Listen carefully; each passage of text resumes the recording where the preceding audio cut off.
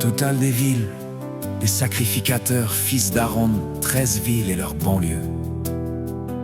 Les Lévites appartenant aux familles des autres fils de Kehat, heureux par le sort des villes de la tribu d'Éphraïm.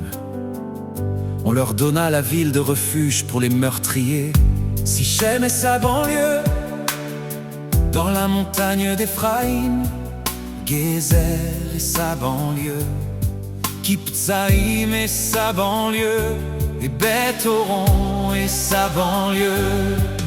4 villes de la tribu de Dan, Eltek et sa banlieue, Gibéton et sa banlieue, Ajalon et sa banlieue, et Gath-Rimon et sa banlieue. 4 villes et de la demi-tribu de Manassé, Tanak et sa banlieue, et Gath-Rimon et sa banlieue. 2 villes, total des villes, 10 et leurs banlieues, pour les familles des autres fils de Kehat. On donna aux fils de Gershon d'entre les familles des Lévites, de la demi-tribu de Manassé, la ville de refuge pour les meurtriers, Golan, Bazin et sa banlieue, et Beshtra et sa banlieue. 2 villes de la tribu d'Issachar, Kishon et sa banlieue, Dabrat et sa banlieue, Jarmut et sa banlieue, et Anganim et sa banlieue. 4 villes de la tribu d'Azer, Miskial et sa banlieue, Abdon et sa banlieue, Elkat et sa banlieue, Hérod et sa banlieue. 4 villes et de la tribu de Nephtali, la ville de refuge pour les meurtriers, Kédesh en Galilée, sa banlieue, Hamodor et sa banlieue, et Kartan et sa banlieue. 3 villes, total des villes des Gershonites selon leur famille, 13 villes et leurs banlieues. On donna au reste des Lévites qui appartenaient aux familles des fils de Merari, de la tribu de Zabulon, Jokneam et sa banlieue, Karta et sa banlieue, Timna et sa banlieue, et Nahala et sa banlieue. 4 villes de la tribu de Ruben, Betser et sa banlieue, Jatsa et sa banlieue, Kedemot et sa banlieue, et Mephat et sa banlieue. 4 villes et de la tribu de Gad, la ville de refuge pour les meurtriers, Ramoth en Galade et sa banlieue, Mahanaïm et sa banlieue, Hesbon et sa banlieue, et Gézer et sa banlieue. En tout 4 villes, total des villes qui échurent par le sort aux fils de Merari, selon leur famille formant le reste des familles des Lévites. 12 villes, total des villes des Lévites, au milieu des propriétés des enfants d'Israël, 48 villes et leurs banlieues. Chacune de ces villes avait sa banlieue qui l'entourait. Il en était de même pour toutes ces villes. C'est ainsi que l'Éternel donna à Israël tout le pays qu'il avait juré de donner à leur père. Ils en prirent possession et s'y établirent. L'Éternel leur accorda du repos tout alentour, comme il l'avait juré à leur père. Aucun de leurs ennemis ne put leur résister. L'Éternel les livra tous entre leurs mains. De toutes les bonnes paroles que l'Éternel avait dites à la maison d'Israël, aucune ne resta sans effet, toutes s'accomplirent. Alors Josué appela les Rubénites, les Gadites et la demi-tribu de Manassé. Il leur dit: vous avez observé tout ce que vous a prescrit Moïse, serviteur de l'Éternel, et vous avez obéi à ma voix dans tout ce que je vous ai ordonné. Vous n'avez point abandonné vos frères depuis un long espace de temps jusqu'à ce jour. Et vous avez gardé les ordres et commandements de l'Éternel, votre Dieu.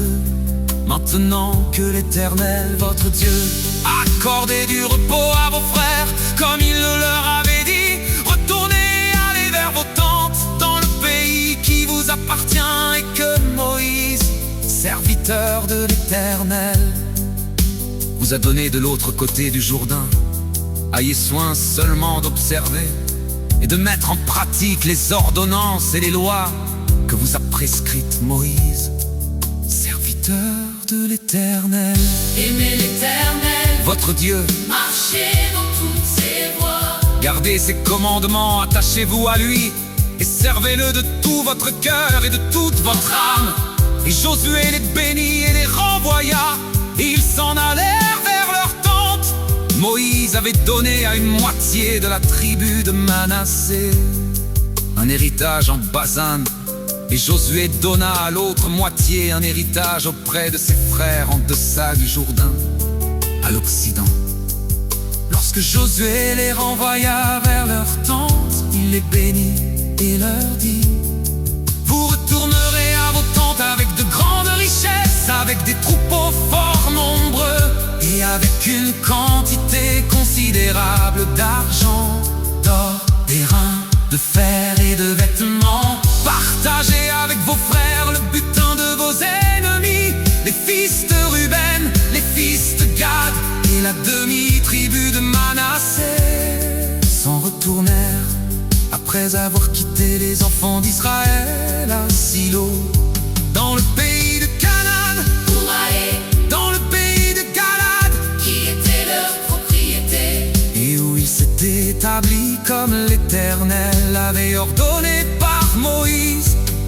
Quand ils furent arrivés au district du Jourdain, qui appartiennent au pays de Canaan, les fils de Ruben, les fils de Gad et la demi-tribu de Manassé, ils bâtirent un autel sur le Jourdain, un autel dont la grandeur frappait les regards.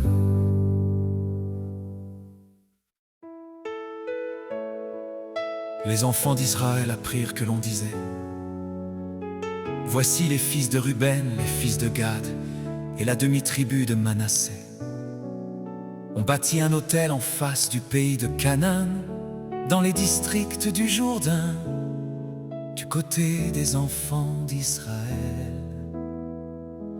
Lorsque les enfants d'Israël eurent appris cela, toute l'assemblée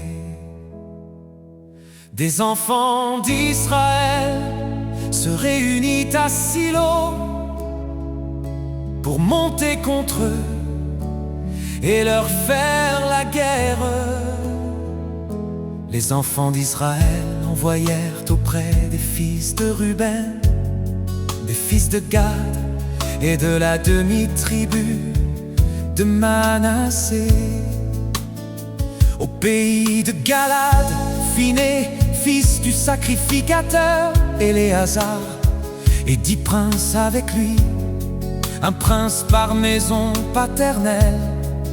Pour chacune des tribus d'Israël, tous étaient chefs de maison paternelle. Parmi les milliers d'Israël, ils se rendirent auprès des fils de Ruben, des fils de Gad et de la demi-tribu de Manassé, au pays de Galad. Et ils leur adressèrent la parole en disant: ainsi parle toute l'assemblée de l'Éternel. Que signifie cette infidélité que vous avez commise envers le Dieu d'Israël? Et pourquoi vous détournez-vous maintenant de l'Éternel, en vous bâtissant un autel pour vous révolter aujourd'hui contre l'Éternel?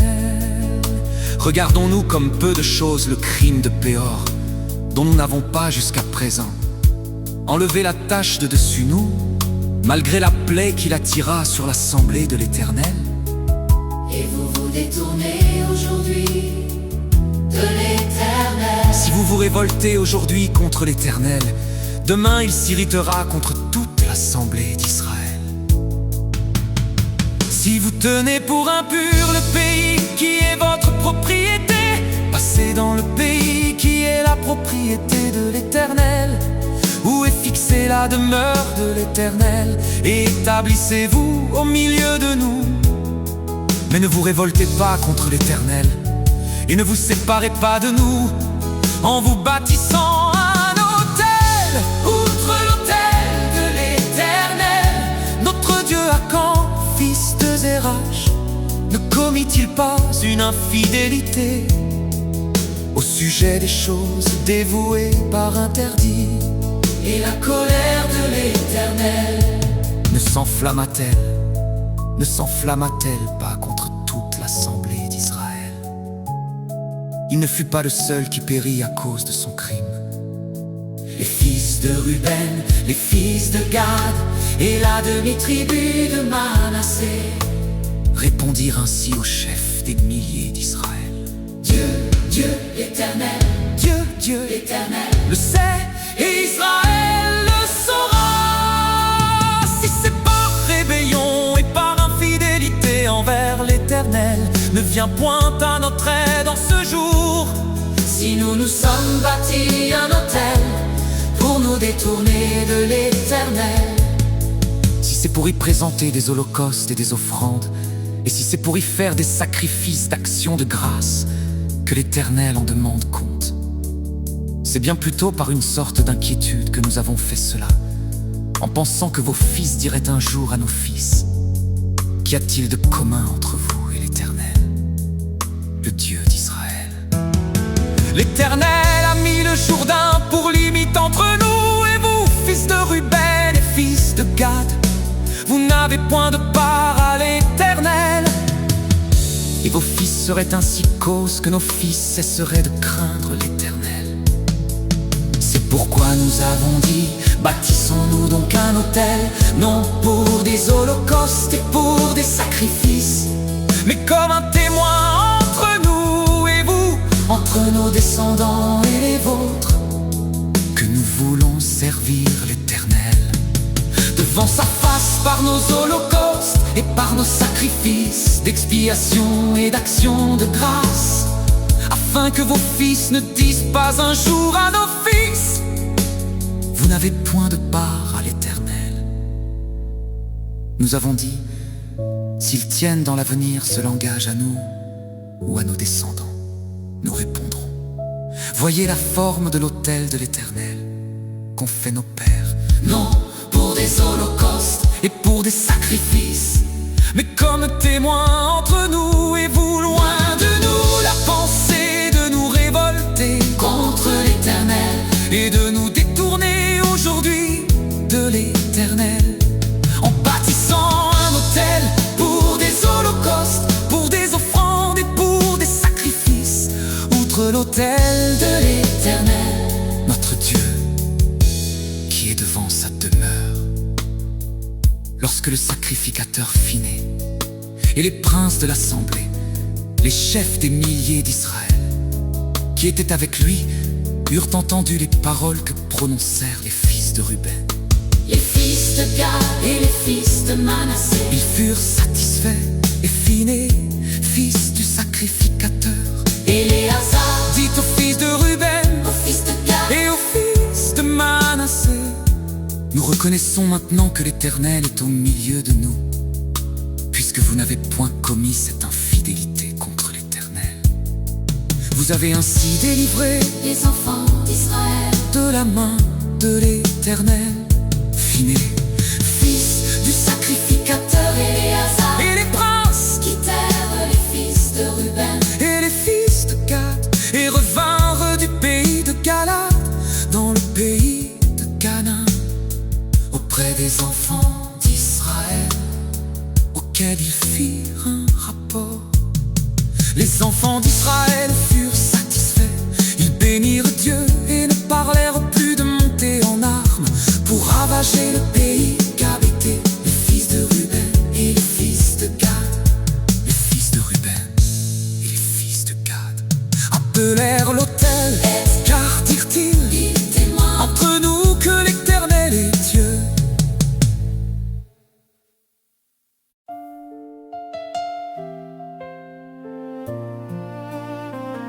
Mais il y eut un homme d'entre les pharisiens, nommé Nicodème, un chef des Juifs, qui vint, lui, auprès de Jésus de nuit, et lui dit: Rabbi, nous savons que tu es un docteur venu de Dieu, car personne ne peut faire ces miracles que tu fais si Dieu n'est avec lui. Jésus lui répondit: en vérité, je te le dis, si un homme ne naît de nouveau, il ne peut voir le royaume de Dieu.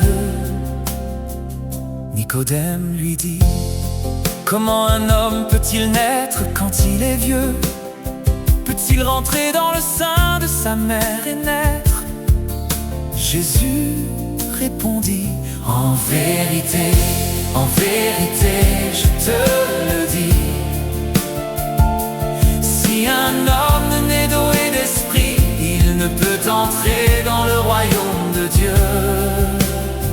Ce qui est né de la chair est chair, et ce qui est né de l'esprit est esprit. Ne t'étonne pas que je t'ai dit, il faut que vous naissiez de nouveau. Le vent souffle où il veut, et tu en entends le bruit, mais tu ne sais d'où il vient ni où il va. Il en est ainsi de tout homme qui est né de l'esprit. Nicodème lui dit: comment cela peut-il se faire? Jésus lui répondit: tu es le docteur d'Israël et tu ne sais pas ces choses.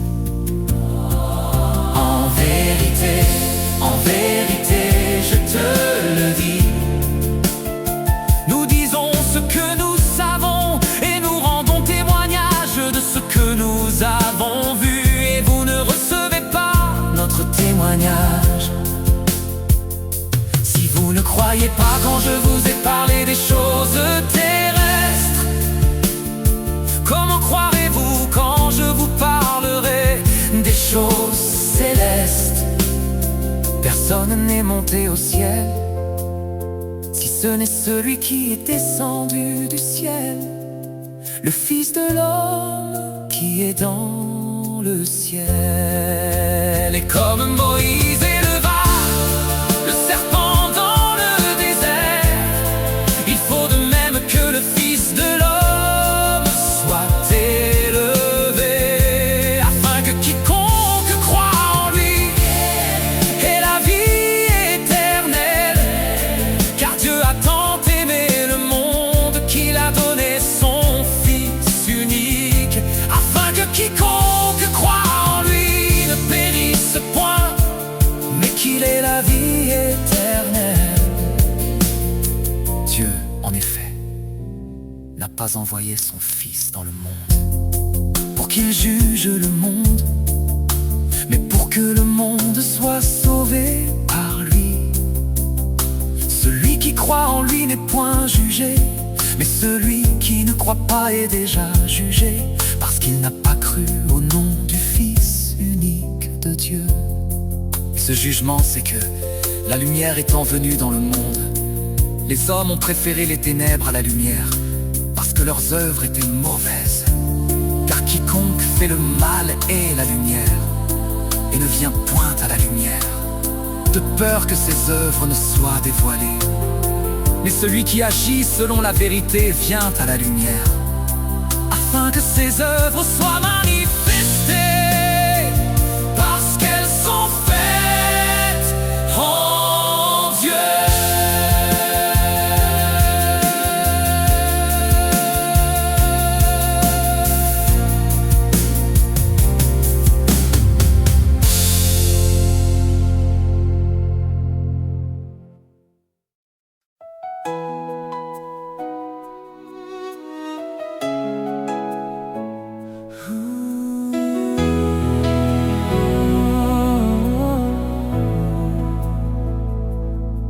Chef des chantres avec instrument à cordes cantiques de David, ô Dieu, prête l'oreille à ma prière et ne te dérobe pas à mes supplications. Écoute-moi et réponds-moi, j'erre ça et là dans mon chagrin, et je m'agite à cause de la voix de l'ennemi et de l'oppression du méchant. Car ils font tomber sur moi le malheur et me poursuivent avec colère.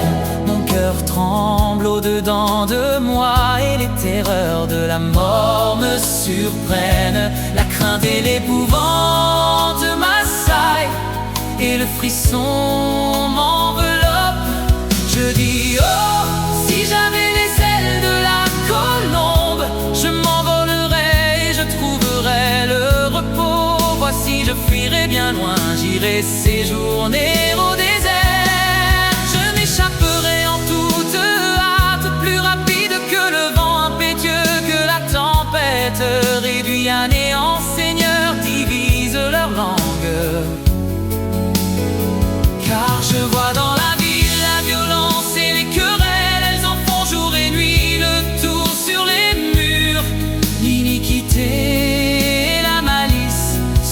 dans son sein.